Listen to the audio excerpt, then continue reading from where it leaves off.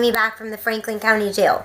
Now, I just told you, basically, you want to come out of the jail, your charges aren't serious enough for you to go to prison, but you fall and relapse.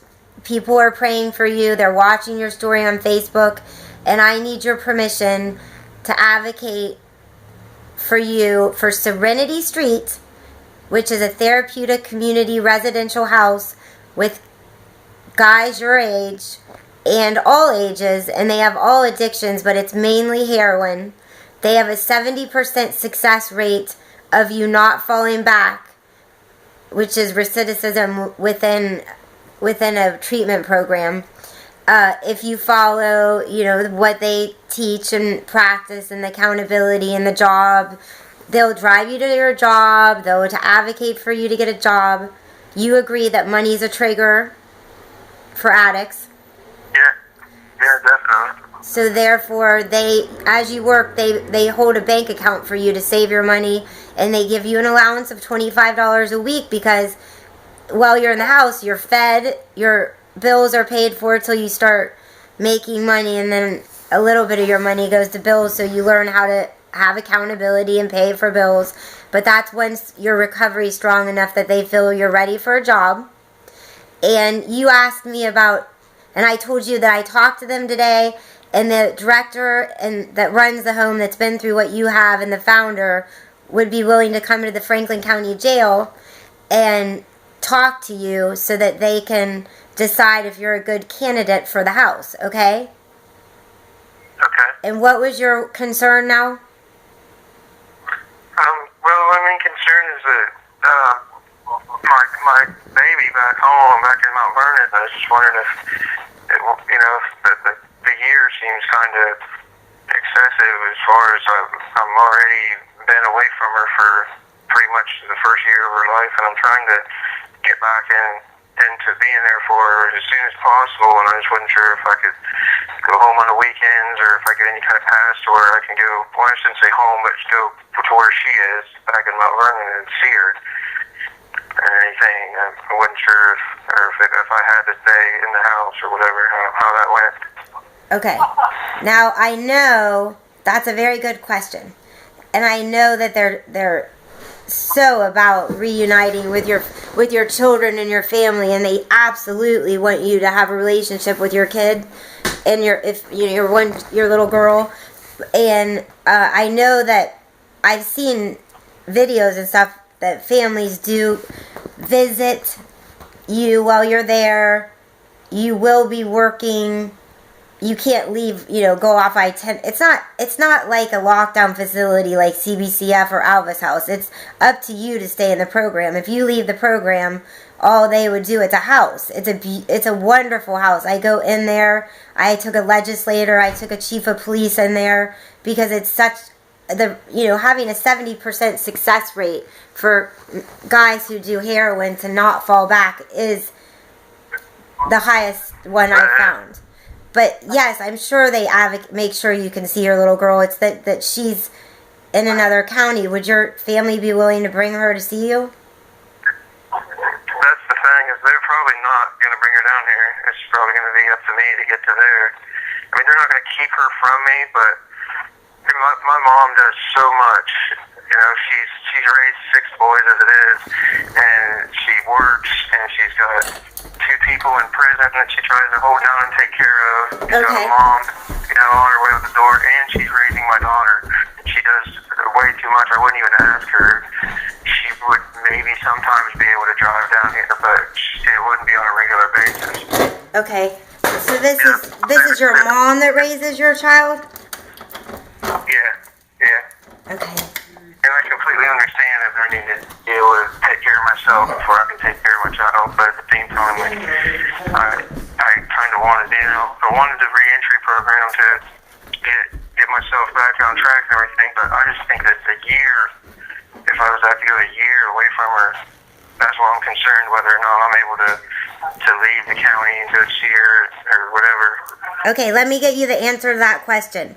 I mean, I know they're all about family, so I gotta ask you that. I gotta ask them. Okay, many of them are married. that are in the house and they have children. So I'm almost 100% positive that they would be able to figure something out for you. Okay?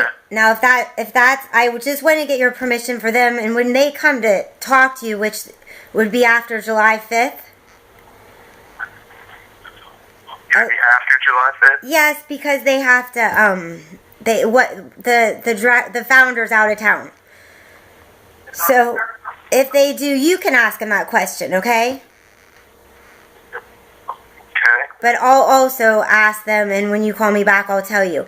The next thing I need to tell you also is that when we were talking about Vivitrol, and remember we brought up benzos because benzos are so... Also, people use the benzos and the heroin or the opiates together. Yeah. Well, the Vivitrol blocks the effect of the benzos to the point where you can't feel them, but you can still take them. On Vivitrol, you can't take heroin, opiates, or alcohol.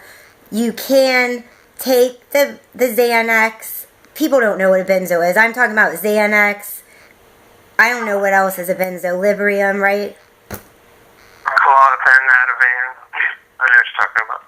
Okay. So anyways, a kid overdosed yesterday because he took like 12 Xanny bars on Vivitrol, and sadly he vomited, and his girlfriend tried to turn him to the side, but he choked on his own vomit. So we have to raise awareness that Vivitrol is it's the vaccine for the heroin epidemic, in my opinion, and it blocks alcohol and opiates also. But we also have to make sure we tell people that no, you cannot, because you won't feel the effects. It's physically, if you have a benzo addiction and you're trying to wean yourself off, it's physically okay with a doctor to do that safely, but it's not going to be, since you can't feel it and you think, well, then I'll just take 7, 8, 9, 10, 11, you could possibly die.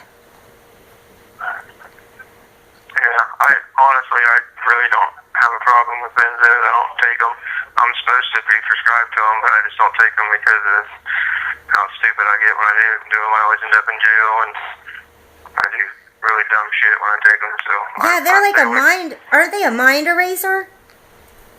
Oh, God, yeah. Yeah, I've woke up in stolen cars and other counties, and yeah, that's why I quit taking it. And the way I remember in prison, my friends that did Xanax like that, like took tons and tons of them, they totally blacked out. I call it a blackout, brownout crime. They didn't even remember what they did. Yeah. And it was violent. So, so CBCF and Alvis House, I'm still going to call your probation officer, but every time I get further on your case, I need your permission to keep advocating. And so I wanted you to know about Serenity Street.